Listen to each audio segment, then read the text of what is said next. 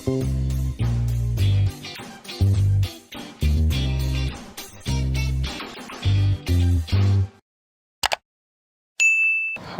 Welcome back to chef Deena's kitchen. அனைவருக்கும் விநாயகர் சதுர்த்தி நல்வாழ்த்துக்கள். இன்றைக்கி நம்ம கிச்சனில் பார்க்க போது பிடி கொழுக்கட்டை எப்படி பண்ணுறது பார்க்க போகிறோம். இதோட சேர்ந்து சக்கரை பொங்கல்.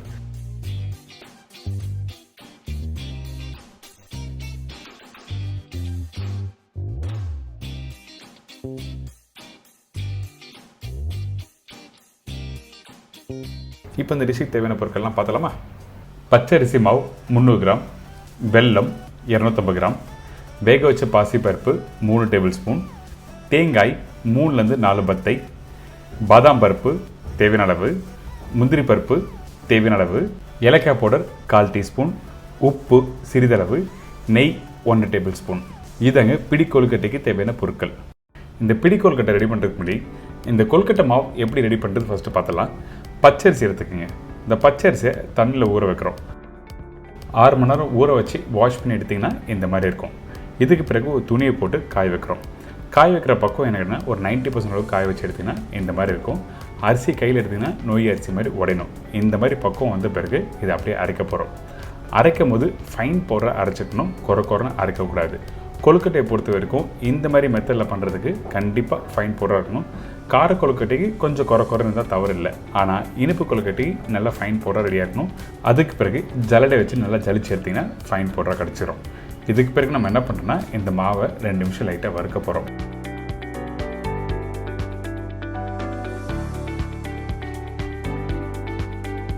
எதுக்காக வறுக்கிறோன்னு கேட்டிங்கன்னா மாவு கொஞ்சம் ஈரத்தன்மை இருந்தால் கூட ஒட்ட ஆரம்பிக்கும் ஸ்டீம் பண்ணி முடிச்ச பிறகு. அதனால உதிரியாக வர்றதுக்காக இந்த மாதிரி வறுக்கிறோம். அதாவது கோலமாவு கையில் எடுத்திங்கன்னா உதிரியாக வரும் பார்த்திங்கன்னா அந்த மாதிரி பக்குவத்தில் 2 நிமிஷத்தில் வறுத்துருக்கணும். மீடியமான ஃப்ளேமில், ஹை ஃப்ளேமில் வச்சு பண்ணக்கூடாது.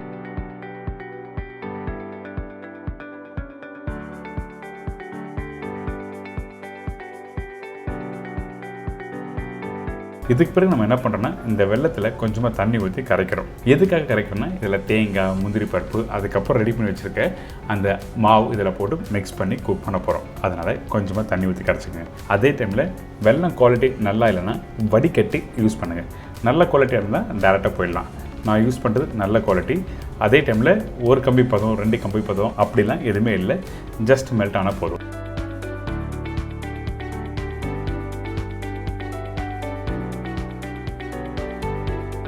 இதுக்கு பிறகு திருவி வச்சிருக்க தேங்காய் போட்டிருக்கேன்.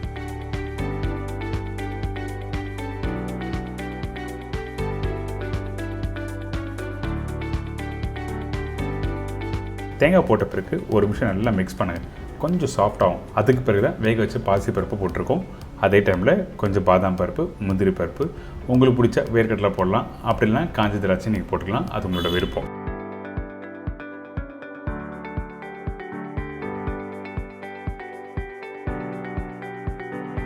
இதுக்கு பிறகு நல்லா மிக்ஸ் பண்ண ஆரம்பிங்க.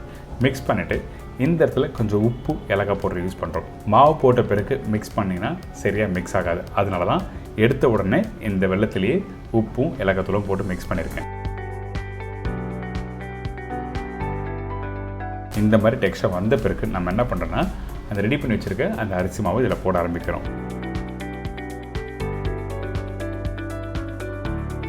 இந்த இடத்துல உங்களோட அடுப்பை ஸ்லோ ஃப்ளேம் வச்சுருங்க. ஹை ஃப்ளேம் வச்சு குக் பண்ணால் சீக்கிரமாக ட்ரை ஆகிடும், மிக்ஸ் ஆகாது ப்ராப்பராக. அதனால தான் ஸ்லோ ஃப்ளேம் வச்சு நல்லா மிக்ஸ் பண்ணுறோம். மிக்ஸ் பண்ணுறதுக்கு குறைஞ்சபட்சம் ஒரு 2 நிமிஷம் டைம் எடுக்கும்.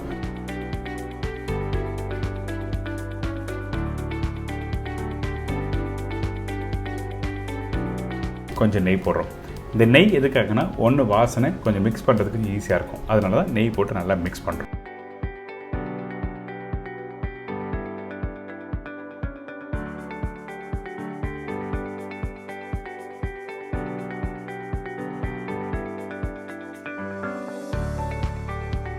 பார்த்தீங்களா, இப்போ ரெடி ஆகிடுச்சு.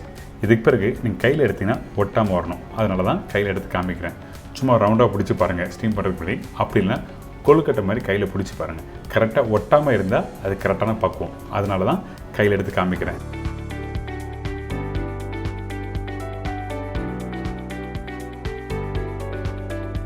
இப்போ ரெடியான கொழுக்கட்டையை ஒரு 2 நிமிஷம் சூடு ஆறின பிறகு பிடிச்சிங்கன்னா இன்னும் கொஞ்சம் கெட்டியாக இருக்கும், ஈஸியாக இருக்கும் பிடிக்கிறதுக்கு.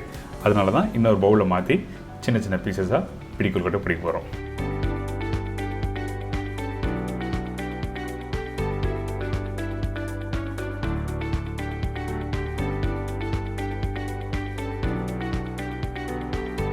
உங்களுக்கு என்ன சைஸில் வேணுமோ நீங்கள் பிடிக்கலாம்.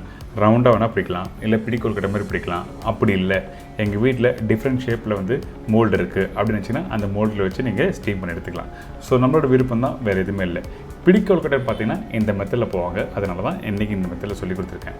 இதுக்கப்புறம் ஸ்டீமர் வச்சுருக்கேன். அதாவது இட்லி சட்டி இருக்குல்ல, இந்த இட்லி சட்டியில் தண்ணி நல்லா சூடாக இருக்குது. அதுக்கு மேலே ஒரு வாழை இலை போட்டிருக்கோம். இலை போட்ட பிறகு 1 by 1 அரேஞ்ச் பண்ணி கரெக்டாக 8லேருந்து 10 நிமிஷம் ஸ்டீம் பண்ணி எடுத்திங்கன்னா பிடி கொழுக்கட்டை ரெடி. இப்போ ஒரு மூடி போட்டு ஸ்டீம் ஆகட்டும்.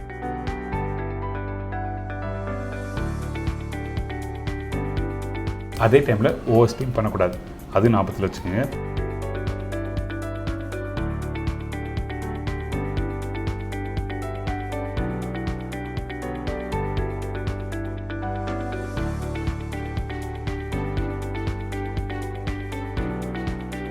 பார்த்தீங்களா, அந்த ஆவியோடு ஓப்பன் பண்ணும்போது சூப்பராக இருக்குல்ல. கண்டிப்பாக வீட்டில் ட்ரை பண்ணி பாருங்கள்.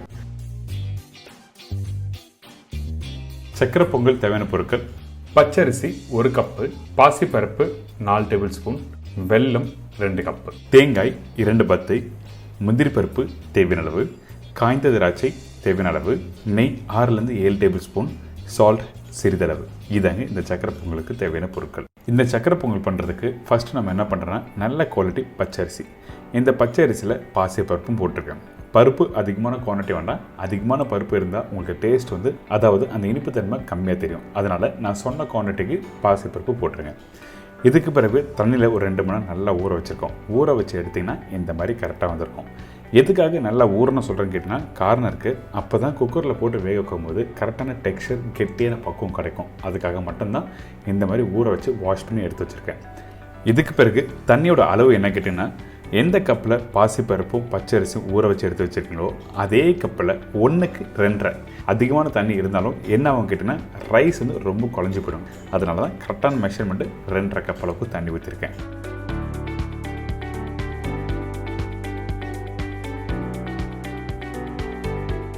இதுக்கு பிறகு குக்கரில் போட்டிருக்கேன். குக்கரில் போட்டு மூடி போட்டு கரெக்டாக செட் பண்ணியிருக்கோம். நீங்கள் வீட்டில் விசில் வச்சு யூஸ் பண்ணும்போது 3 விசில் விட்டால் போதும். இப்போ பார்த்தீங்களா, இந்த சாதமும் பருப்பும் நல்லா வெந்து ரெடியாக இருக்குது. இந்த இடத்துல ஒரு 2 டேபிள் ஸ்பூன் அளவுக்கு நெய் ஊற்றுறேன். எதுக்காக இந்த இடத்துல ஓப்பன் பண்ண உடனே 2 டேபிள் ஸ்பூன் நெய் ஊற்றுறதுக்குன்னா காரணம் இருக்குது. அப்போ தான் அந்த சாதமும் பருப்பும் கரெக்டாக மிக்ஸ் பண்ணும்போது கரெக்டான கெட்டியான ஒரு டெக்ஸ்சர் கொடுக்கும். நீங்கள் நார்மலாக அரிசியும் பருப்பும் நெய் ஊற்றாமல் மிக்ஸ் பண்ணி பார்த்தீங்கன்னா கெட்டியாக இருக்கும், ஆனால் அந்த ஒரு ஸ்மூத்னஸ் கொடுக்காது. அதனால தான் அரிசி வெந்த உடனே கொஞ்சம் நெய் போட்டு நல்லா மிக்ஸ் பண்ணி வச்சுருக்கோம். இதுக்கு பிறகு வெல்லம். நான் சொன்ன மெஷர்மெண்ட்டில் கரெக்டாக எடுத்துக்கோங்க. இந்த வெல்லத்தில் கொஞ்சமாக தண்ணி ஊற்றுறோம். அதிகமான தண்ணி வேண்டாம். அதிகபட்சம் ஒரு 1/4 டம்ளர் தண்ணி ஊற்றினா மட்டுமே போதும். எதுக்காக இந்த மாதிரி பண்ணுறோம் கேட்டோன்னா, வெல்லத்தில் மண் இருக்கும்ல, அந்த மண்ணை நல்லா ஸ்டெயின் பண்ணிவிட்டு அதுக்கப்புறம் இந்த வெள்ளை சிறப்பு எடுத்து யூஸ் பண்ண போகிறோம். அதனால தான் தண்ணி ஊற்றி இந்த மாதிரி வடிகட்டி ப்ரிப்பரேஷன் பண்ணுறோம். நீங்கள் டேரெக்டாக உடச்சி போடலாம். நம்பி நீங்கள் ஒரு வெள்ளம் நல்லா இருக்குது அப்படின்னு நினச்சிங்கன்னா அந்த டைமில் நீங்கள் பொடிசாக கட் பண்ணி போட்டு அப்படி நல்லா மிக்ஸ் பண்ணலாம். அப்படி பண்ணுவோம் இன்னும் கொஞ்சம் நல்லா டெக்ஸ்சர் வரும்.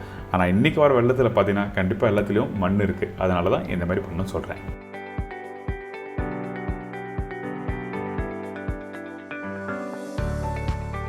இதுக்கு பிறகு நம்ம என்ன பண்ணுறோம், இந்த சாதத்தை நல்லா மிக்ஸ் பண்ணுங்கள்.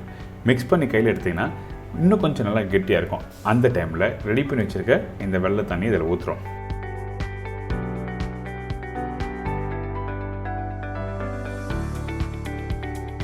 வெள்ளம் தண்ணி அதிகமாக கூடாது, முடிஞ்ச அளவுக்கு கெட்டியாக கரைச்சி எடுத்துருங்க. இதுக்கப்புறம் கொஞ்சமாக உப்பு போட்டிருக்கேன். இதுக்கு பிறகு கொஞ்சமாக உப்பு போட்டால் தான் அந்த இனிப்பு தன்மை தெரியும். அதனால் நிறைய ரெசிப்பியில் உங்களுக்கு உப்பு எதுக்காக யூஸ் பண்ணுறது சொல்லி கொடுத்துருக்கேன். இதுலேயும் நான் யூஸ் பண்ணியிருக்கேன்.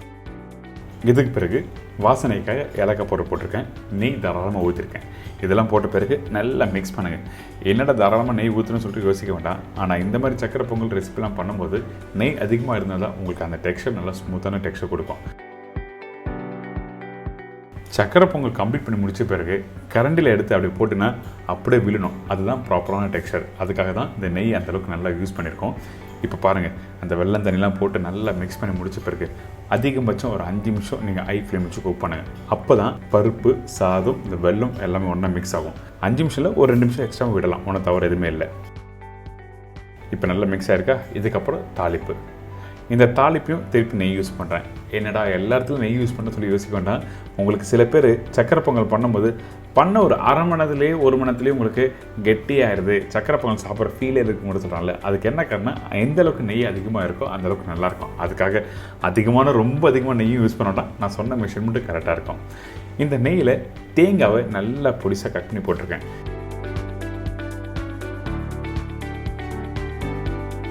தேங்காய் கொஞ்சம் லைட்டாக கலர் வந்த அதுக்கு பிறகு முந்திரி போடுங்க.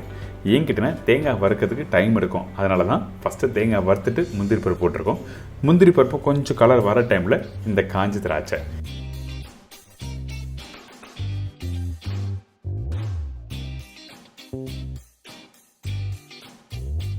இது எல்லாத்தையும் ஒன்றா போட்டு மிக்ஸ் பண்ணி அப்படியே எடுத்து போய்ட்டு அந்த சக்கரை பொங்கலை கொட்டுங்க. கொட்டி அப்படி மெதுவாக அப்படி மிக்ஸ் பண்ணி எடுத்து சாப்பிட்டு பாருங்கள். அடாடா, மறக்கவே மாட்டேங்க, அந்தளவுக்கு பிரமாதமாக இருக்கும்.